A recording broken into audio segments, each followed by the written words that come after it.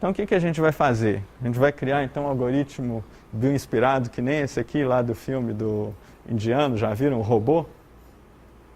Que é um filme que tem um robô, e aí ele pira, e tem uma cena do filme que ele tem várias réplicas, e aí ele cria, né, uma serpente, ele vira uma mão, começa a bater nos tanques com a mão, vira serpente e começa a engolir.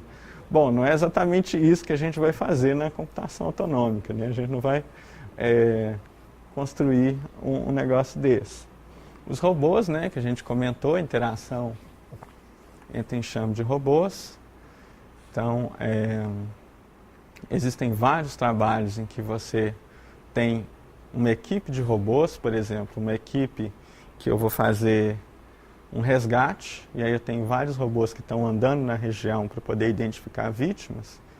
Eu tento modelar a forma como elas estão andando, utilizando sistemas de enxames, para que eles andem mais ou menos na mesma direção, mas ainda andem espalhados, para que eles cubram uma grande parte da região. Certo? Outra coisa que a gente tem, sistemas tipo... Esse aqui foi um sistema que eu trabalhei quando eu estava ainda na graduação fazendo um estágio. Otimização de carrinhos de compra. Que era um site que ele acessava vários sites de compra na internet. E aí você falava, olha, eu quero comprar o livro do Harry Potter, eu quero comprar o Crônicas do Gelo, quero comprar o livro do Steve Jobs, e assim vai, você fez a sua lista. E aí ele verifica para você qual que é o lugar mais barato para você comprar tudo isso, considerando frete. Então ele simplesmente não vai olhar, o Steve Jobs está mais barato aqui, o outro está mais barato aqui, e juntar. Por que isso? Porque algumas vezes você vai ganhar um desconto por comprar vários livros junto. Se você comprar, vamos dizer, passar de R$50, eles vão te dar o frete grátis. E aí, se eu simplesmente comprar o livro mais barato no lugar mais barato, eu tenho que pagar o frete dos 3. Então, isso vira um problema que é um problema difícil. Ou, por exemplo, questão de peso. O que é mais interessante? Eu comprar um livro, 2 livros de 500 gramas em sites diferentes, que é um custo de SEDEX, ou comprar os 2 livros no mesmo site, que o custo de SEDEX de 1 quilo já é mais barato do que 2 SEDEX de 500 gramas. Certo? Então, tudo isso aí é um problema super complexo que a gente talvez não conseguiria resolver com nenhum outro tipo de método. Por exemplo, teoria de controle, qual que é a função que vai reger isso daí? Ou teoria de jogos, qual que é a estratégia que cada um está utilizando? Mas se eu uso um sistema bioinspirado, no caso a gente usou algoritmo genético, o que é o algoritmo genético no final das contas? É um sistema de força bruta em que você tenta fazer com que as tentativas elas vão cada vez numa direção que está melhorando a sua solução. E aí nesse caso, era bem simples. O que eu fazia? O que você pode fazer para resolver um problema desse? Você fala, olha, tá, eu vou comprar um livro em cada empresa. Quanto custou? Aí eu verifico o custo. Depois eu falo, eu vou comprar 2 livros nessa empresa, 1 livro nessa. Qual que é o custo? Aí eu vejo que comprar 2 livros em uma empresa é melhor do que comprar os 3, cada um em uma.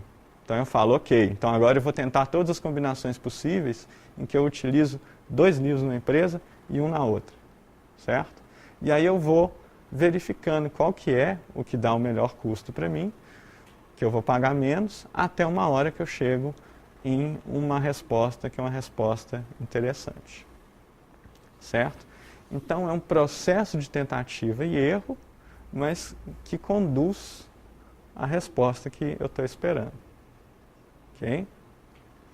Outra também são redes de computadores, que aí a gente tem diversos componentes, e aí se eu tenho uma rede muito grande, pode ser muito caro eu ter uma solução que eu tenho um gerente autonômico que define tudo que a rede vai fazer. Imagine uma rede que tem centenas de milhares de computadores. Eu teria que pegar a informação de centenas de milhares de computadores, jogar nesse gerente autonômico e aí decidir o que vai ser feito. Agora, se eu faço com que cada computador ele decida separado com as informações dos seus vizinhos, é interessante, porque eu divido o problema de decisão, então não tem um cara que é responsável por tudo. E aí também o que vai acontecer? Eu vou diminuir a quantidade de dados que eu tenho que transmitir. Porque antes eu tinha que jogar tudo para um ponto central. Então eu tinha que ter muita banda chegando ali. Agora, se eu só consulto as pessoas ali que estão do meu lado, ok, eu consumo menos banda. Então, por exemplo, uma coisa que é muito utilizada em redes de computadores, quando a gente está criando os caminhos para repasse de dados, quando a gente está definindo o roteamento, são os algoritmos baseados em colônia de formiga. Aí no algoritmo de colônia de formiga, o que a gente faz? É a ideia de que a formiga está procurando comida e aí ela está soltando o elemento químico, o feromônio, marcando. E aí vem a outra formiga, ela vai seguindo, só que de vez em quando ela escapa um pouco do feromônio. E aí ela escapa, ela está criando um novo caminho. Depois, o que vai acontecer? A formiga vai voltar, ela tende a voltar no caminho que tem feromônio mais fresco, porque é um elemento químico que evapora. Então, o feromônio mais fresco, que tem mais concentração, qual que vai ser? Vai ser no caminho mais curto. Então, depois de várias tentativas, depois de várias formigas indo e vindo, o que vai acontecer é que você vai encontrar o caminho mais curto. Porque aí a formiga vai, ela saiu, opa, o feromônio está ficando ruim, vai perdendo aquele caminho longo, as outras não vão seguir mais. Mas o caminho mais curto, ele vai sempre ser seguido. E aí tem o reforço, é bem interessante porque tem todas as características, né? Um caminho que é mais curto, as formigas tendem a andar mais, então elas deixam mais feromônio, então ele vai ficando mais forte. Mas ao mesmo tempo a formiga sempre tem uma tendência para sair. Então, às vezes ela sai do caminho, ela pode encontrar uma forma mais rápida de chegar. Então ela tem também a forma de sair do ótimo local. E aí isso, quando a gente utiliza em redes, a gente pode construir as rotas. Então eu verifico. Eu imagino que quando eu vou repassar um dado, eu crio lá um feromônio, que aí vai ver em quanto tempo o dado vai chegar no destino. E eu envio por vários caminhos. E eu vejo quanto tempo ele demora para voltar. E aí o dado que vem mais rápido, eu tendo a utilizar aquela rota. Mas de tempos em tempos eu tento uma rota diferente, para tentar descobrir um caminho alternativo. Certo? Então, esse tipo de coisa, existem alguns algoritmos de roteamento que são baseados nessa ideia de colônia de formigas. Okay? Então, é um método bem legal, bem interessante. Agora, o difícil é depois você garantir que esse método é um método eficiente, é um método que está chegando na resposta esperada. Porque não existe em várias dessas abordagens, não existe uma teoria por trás. Você não consegue, por exemplo, provar com uma equação, olha, se eu tenho um sistema desse jeito, eu posso garantir que depois de, vamos dizer, enviar 5 formigas, eu vou chegar no menor caminho. Não tem jeito. Enquanto em outros métodos a gente já tem isso. Por exemplo, a teoria de controle é perfeita. Eu falo, dado essa característica do sistema, dado essa característica de perturbações, eu garanto que o sistema ele vai convergir, que vai ter esse valor de saída e que o tempo de convergência vai ser menor que tantas iterações. Certo? Então, é um método interessante, mas é difícil a gente ter garantias. Depois, a gente tem outro tipo de sistema. Esse tipo aqui é um sistema que eu estou colocando porque é muito popular no gerenciamento de redes de computadores, só que é um sistema que quando a gente olha para ele comparado com os outros, você fica meio assim, poxa, mas Negócio tão simplesinho, tão sem garantia, mas vamos ver como que ele funciona. Basicamente a ideia é o seguinte, foi proposto, então, para fazer o gerenciamento de computadores, o seguinte, de rede de computadores, eu tenho uma rede e aí eu tenho que garantir que essa rede está funcionando. Ok, só que as redes são diferentes, cada rede tem uma configuração, você tem definições diferentes dos seus clientes, o que você quer prover para os seus clientes. Como é que eu vou configurar isso então? O pessoal falou, bom, você cria regras. E aí você coloca uma entidade central que vai ter essas regras e você vai aplicar essas regras em cima dos seus elementos, que são os elementos gerenciados. Então essa é a ideia dos sistemas baseados em políticas. O que eu vou ter então? Eu vou ter que definir um conjunto de regras do que o sistema vai fazer. Então, eu crio as regras, que a gente chama, as regras são ECA, que é o evento, condição, ação. Então, eu defino um evento, por exemplo, vamos dizer que houve a falha de um enlace de comunicação. Então, esse é um evento. E aí eu tenho uma ação, por exemplo, envie um e-mail para o administrador. Ou eu posso ter situações de evento, condição, ação. Nesse caso, evento, falha de enlace, condição.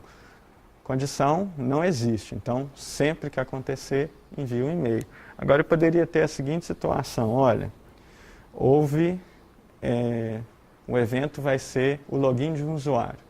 A condição, o login ocorreu depois de 10 tentativas. A minha ação vai ser, por exemplo, diminuir a velocidade dele ou bloquear o usuário. Certo? Então eu defino evento, condição, ação. Ou, por exemplo, ali, se eu tenho um evento que é um usuário entrando no sistema via SSH, e aí o grupo dele for o grupo de administrador, o que eu vou fazer? Eu vou ativar um sistema que vai registrar tudo que ele está fazendo. E aí, o nível de registro, a quantidade de dados que eu vou guardar, vai ser um nível mais alto do que um usuário normal. Então eu coloco lá, se entrou via SSH, o grupo é administrador, então eu vou registrar no nível 10.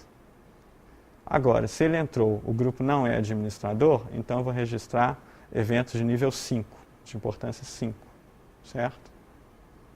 Então eu vou guardar mais coisas quando eu estou dentro do sistema com uma conta de administrador. Ok?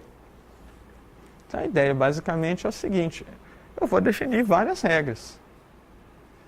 E aí, de acordo com o que o sistema está fazendo, eu vou mudar a configuração dele. Por exemplo, eu posso colocar uma regra que se o horário for maior do que meia-noite, então se está de madrugada, o que eu vou fazer? Por exemplo, um sistema de gerenciamento de caixa automático. O saque máximo vai ser de R$200. Agora, se está entre 6 horas da manhã e meia-noite, então o saque é definido pelo limite de saque do correntista, certo?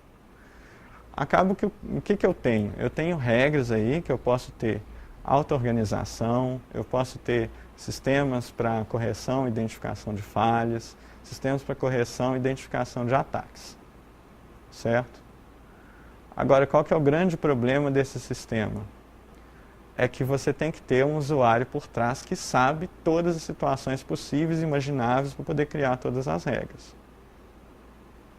Então, acaba que o que acontece? Você tem um sistema baseado em políticas, que ele é muito interessante, você pode fazer qualquer tipo de coisa no sistema, ele pode operar do jeito que você quiser, mas você esqueceu uma situação, o seu sistema ele pode não operar corretamente, certo? enquanto em outras teorias que a gente mostrou, por exemplo, a teoria de jogos ou aprendizado de máquina, o sistema ele consegue trabalhar em situações que são diferentes daquelas situações que você definiu no início. Então, no aprendizado de máquina, tem um conjunto de dados que eu dei inicialmente, mas ele extrapola aqueles dados. Então, se eu estou chegando numa configuração do sistema que eu não dei para ele como entrada, ele ainda consegue fazer uma previsão do que ele tinha que fazer. Aqui não. Então, aqui se existe, por exemplo, um novo ataque de segurança, eu não sei identificar se esse ataque de segurança ele tiver um comportamento completamente diferente do que existia anteriormente. Certo? Então, apesar de ser um sistema popular, ele tem as suas falhas. Alguns usos que a gente vê dos sistemas baseados em políticas. Sistemas operacionais são cheios. Então, a gente define várias regras de operação, e aí eu tenho os componentes, e eu defino como que o componente vai ser aplicado, quando que ele vai ser aplicado. Um exemplo é a parte de autenticação do Linux. O Linux usa o PAN. O PAN são o quê? São módulos de autenticação e que aí você define as políticas de uso. Por exemplo, eu tenho um evento que é um login no terminal. Aí o login no terminal, eu vou utilizar um módulo de autenticação, que é o módulo nome de usuário e senha. E aí eu defino lá nome de usuário e senha, o usuário pode tentar no máximo 3 vezes digitar, tá ok. Aí eu tenho outro evento, que é o login via SSH. Aí eu utilizo um outro método de autenticação. Por exemplo, eu vou utilizar a autenticação baseada em chave pública. Aí eu posso definir a chave pública, tem que ter um tamanho mínimo de, vamos dizer, 512 bits. E aí eu defino todas as minhas informações, certo? Tudo isso definido via políticas. Outra coisa sistemas grandes, sistemas de banco de dados, sistemas de ERP, você define políticas que vão definir como que o sistema vai funcionar. Então, você não está programando o sistema, mas você define parâmetros de cada bloco, de cada componente, que vão definir a forma que ele vai funcionar. Gerenciamento de redes. Gerenciamento de redes eu posso utilizar isso também. E aí, como eu falei para vocês, existe um evento que aconteceu, por exemplo, um roteador que caiu, e aí eu defino uma ação. Olha, esse roteador caiu, então eu jogo todos os dados que estão vindo para esse roteador para o meu roteador de backup. E assim eu vou definindo. Então, nas políticas, sempre a gente tem a questão do que é a política e o que é o mecanismo. A política vão ser as regras para a utilização de componentes, de mecanismos. E os mecanismos são os componentes que a gente tem. Então, por exemplo, como eu falei para vocês, a gente pode ter em um sistema de autenticação, pode ter autenticação via terminal, autenticação SSH, autenticação via chave pública, autenticação via login do Windows e assim vai. E aí eu defino via política quais vão ser as configurações, quais usuários que eu quero permitir, com quais parâmetros, qual que vai ser a característica do mecanismo quando ele vai ser utilizado. Certo? Então, por exemplo, saindo do mundo da computação, eu posso ter o crachá e o calendário. Então, eu verifico, eu utilizo esses dois mecanismos, o calendário para verificar a data, o crachá para verificar quem é a pessoa, e aí, no caso da universidade, eu deixo a pessoa entrar sempre se for visitante, ele não pode entrar nos fins de semana, nem quando está sendo aplicado a prova do vestibular. Se é um visitante, por exemplo, um visitante, mas não está fazendo vestibular, né? Senão complica a coisa. Ou, se é um professor, ele pode entrar todos os dias da semana, exceto no dia do vestibular. Certo? Então, aí eu estou definindo os mecanismos e a política de utilização dos mecanismos.